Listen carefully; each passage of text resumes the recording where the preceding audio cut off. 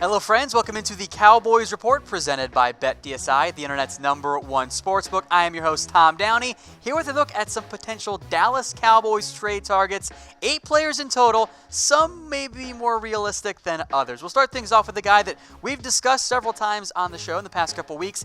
That's Duke Johnson, the Browns back. Now, they did sign Kareem Hunt, but don't forget Hunt is still facing a suspension. The Cowboys were high on Johnson coming out. He fits that exact type of back that the Cowboys need right now, who's really almost a slot receiver than he is just a pure back. He makes about $5 million per year. Former third-round pick. Browns extended him, but with Kareem Hunt in town, I'm not quite sure how they're going to use him going forward. Wasn't all that involved, at least compared to previous seasons in 2018.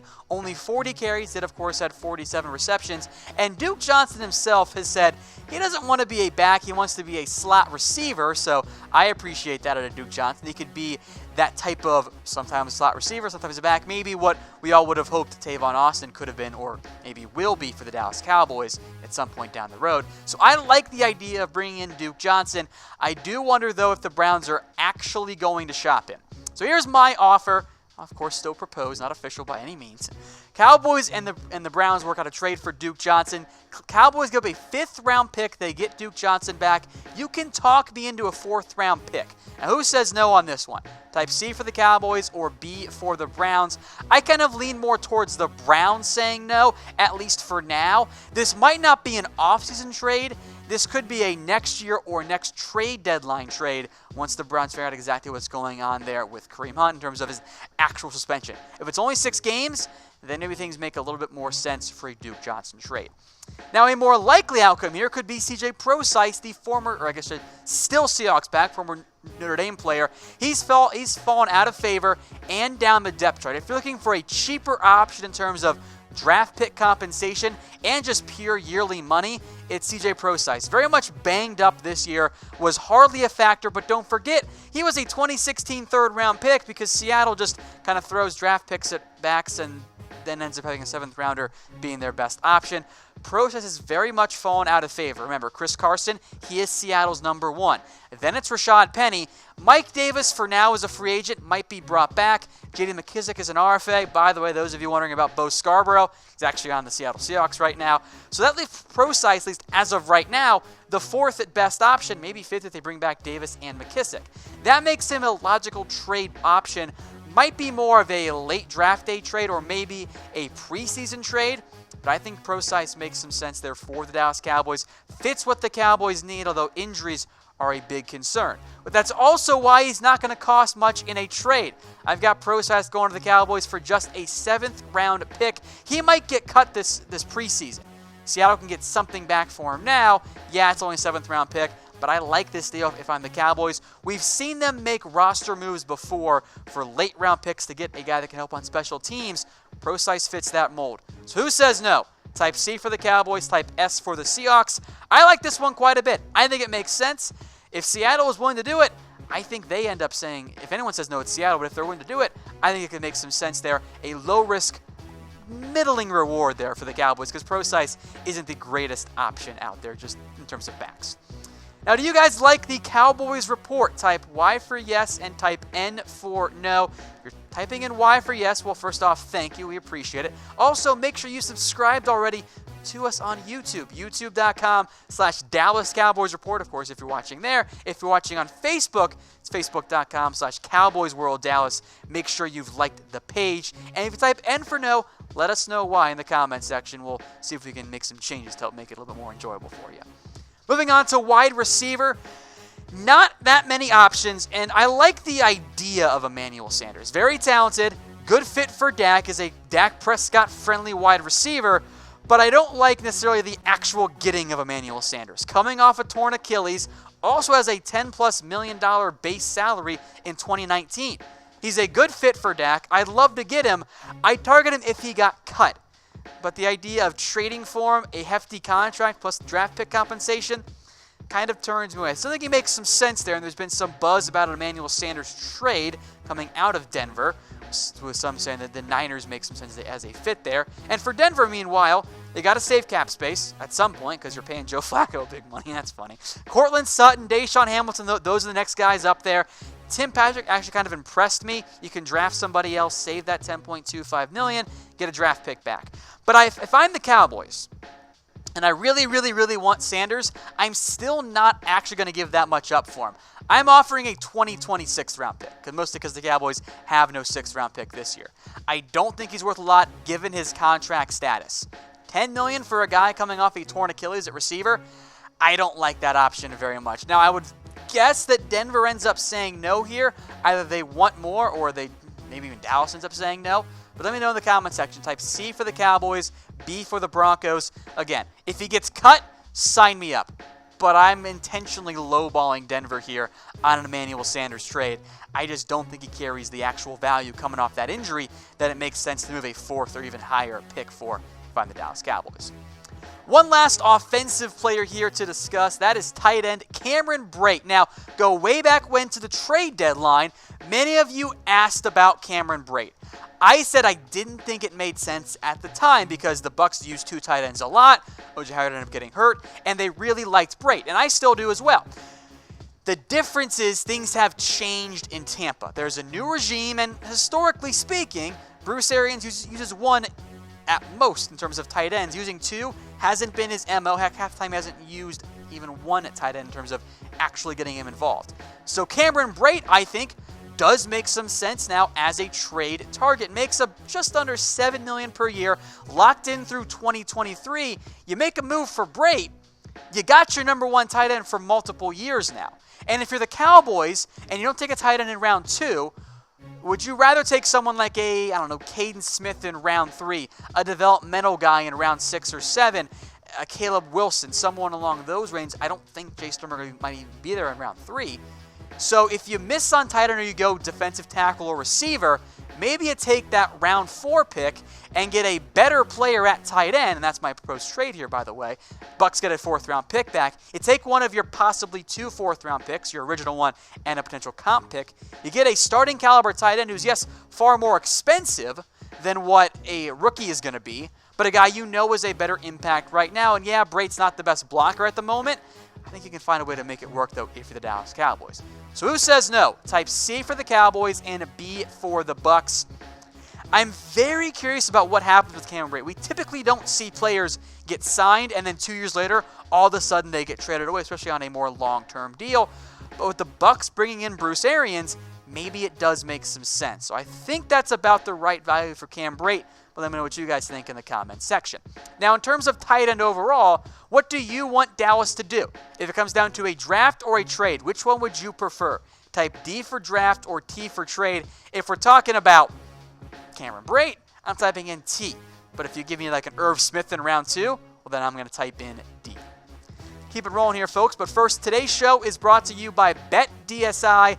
They are the internet's #1 sportsbook. Head over to chatsports.com/bet and use promo code Cowboys120 for a 120% deposit bonus. You put down $50, they're going to give you $60 for free. Put down $100, that bonus becomes $120. It's the best betting deal out there. Chatsports.com/bet, and don't forget that promo code Cowboys120.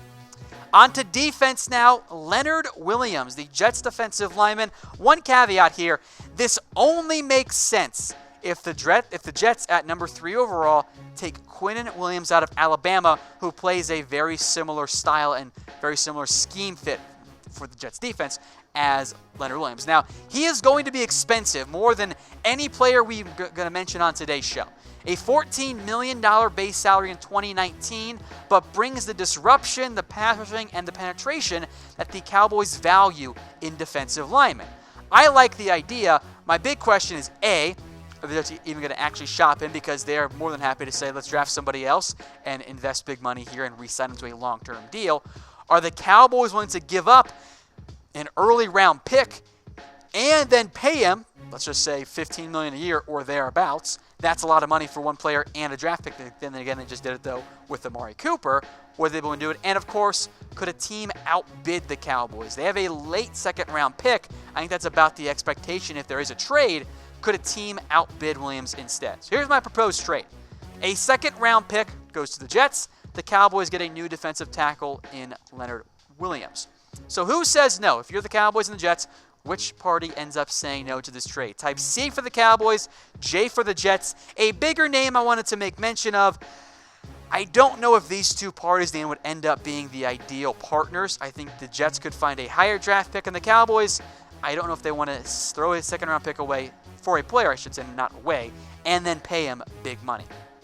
We'll stick on defense here for these last couple players. How about Jalen Ramsey? I knew you guys were going to ask, so you better believe I threw him in there. Now, he's immensely talented.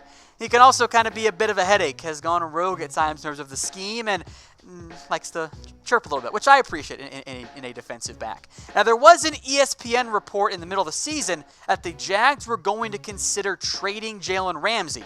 And then Jacksonville called Adam Schefter fake news, and now here we sit. 2 years left on his contract, one of which is a fifth-year option, so cheap next year, expensive in 2020.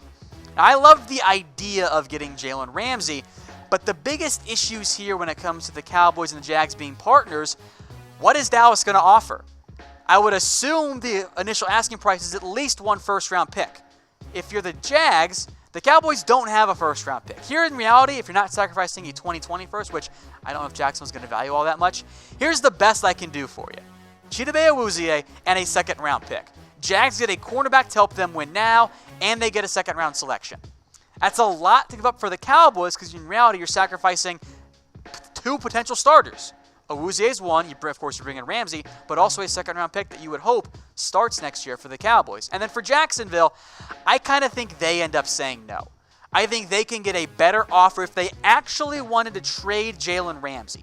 Couldn't you see a team like the Niners stepping up with their second overall pick and packaging that to either move down or just a deal with that of some type in general there? So I think the Jags end up saying no.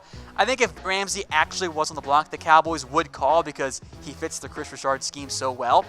But I think Jackson will be able to find more value, and this actually might end up being too expensive for the Cowboys anyway. So let's go with one more corner here that is much, much cheaper. Artie Burns, the former first-round pick by the Pittsburgh Steelers. Now, he's benched during 2018 because he played bad. He was not good, and he is still kind of I have the length, I have the speed, I have the athletic ability, but hasn't quite mastered the cornerback side of things. Is still more of an athlete than a football player. But this fits the Chris Richard mold. Yes, he's only 6 foot 193, but he has 33+ inch arms. That's a big deal for the Chris Richard style defense Dallas more or less run the past year. Now he has 1 year left and a fifth-year option. I assume you would decline the fifth-year option, but if you're Pittsburgh, you're going to decline that no matter what, I think here. You're maybe going to keep Joe Hayden. Cody Sensabaugh is a free agent. You could try and get Cam Sutton more involved, but Artie Burns totally fell down the depth chart because Pittsburgh has a pretty rough time, I think, overall evaluating early round picks when it comes to the defensive backside of things. So Dallas could make a move here in a very Will McClay type fashion. Former bust, more or less, think Jihad Ward, for example, give up very little to actually acquire Artie Burns, who, frankly, I wouldn't be surprised if he got cut this preseason if he doesn't make the 53-man roster. So my proposed trade is this. Artie Burns comes in, and you only give up a 7th-round pick. Yes, I know Burns is a former first-rounder. He has not been good.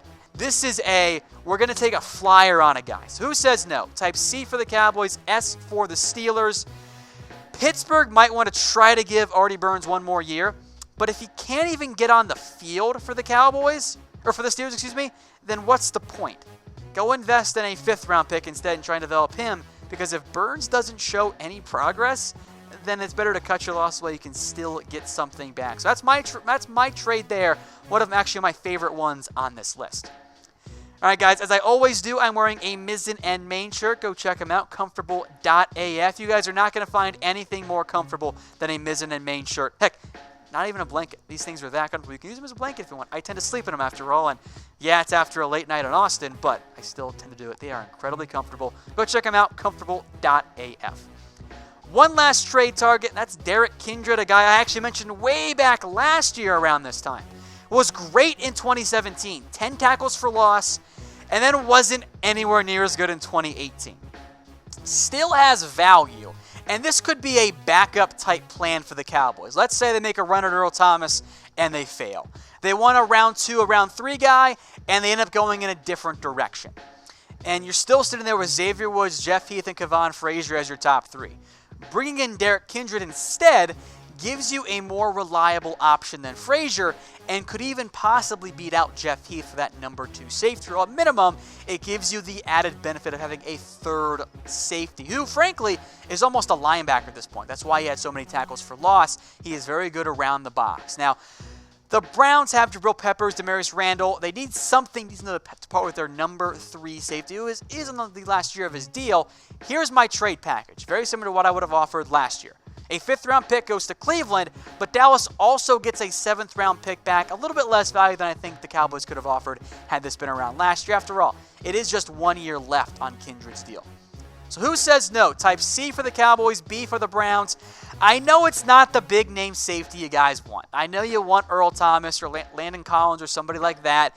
This is a cheaper fallback option that might end up being maybe just a little bit more realistic than, say, trading for Rashad Jones, who I considered, but is going to be as expensive, if not more so, than Earl Thomas, and you got to pay a draft pick. Doesn't make much sense for the Cowboys. All right, let's recap these Cowboys trade targets. Duke Johnson, CJ Prosise, a little bit more cheaper than Duke Johnson. Emmanuel Sanders, who I love, but is probably too expensive in terms of his base salary. Cameron Brate now makes some sense. If you could part with a day 3 pick to get him, I'd strongly consider it. Then you got some defensive players, Leonard Williams of the Jets, probably a bit of a long shot. Same with Jalen Ramsey. Then 2 cheaper in terms of draft capital to acquire secondary players, Artie Burns and Derrick Kindred. Those were my top 8 guys, but I want to hear from you. What's your best trade idea for the Dallas Cowboys? Let me know in the comments section. Tweet them to me at WhatGoingDowney as well. I did not include Antonio Brown on purpose. That one is simply not going to happen. If you can put together a good trade package, feel free to try, but I'm probably going to reject any and all trades involving Artie Burns or for Antonio Brown. And don't forget, by the way, turn on YouTube notifications for mailbags and fan rumors. We'll take the questions from those who are the first to comment. Easy way to ensure you do that is make sure you have notifications turned on.